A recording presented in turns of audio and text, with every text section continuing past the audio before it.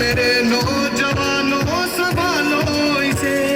का कमाल है बदल दिया ये शहर को, उलझी हुई जो सोच थी बदल दिया सोच को।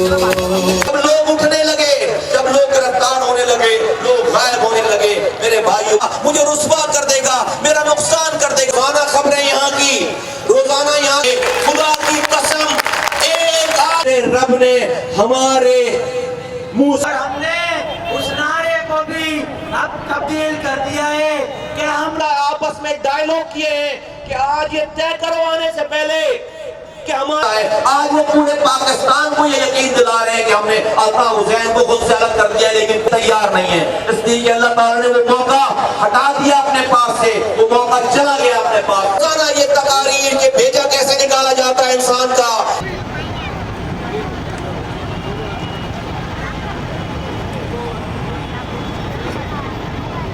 आज इस नॉर्थ नाजमाबाद ऐवान में बैठे हुए लोगों, मैं तुम्हें इस नॉर्थ नाजमाबाद डिस्ट्रिक्ट सेंट्रल के इस सेंटर से खड़े होकर मैं तुम्हें बताना चाहता हूँ, मैं तुम्हें आवाज लगाना चाहता हूँ कि होश के नाखून लो।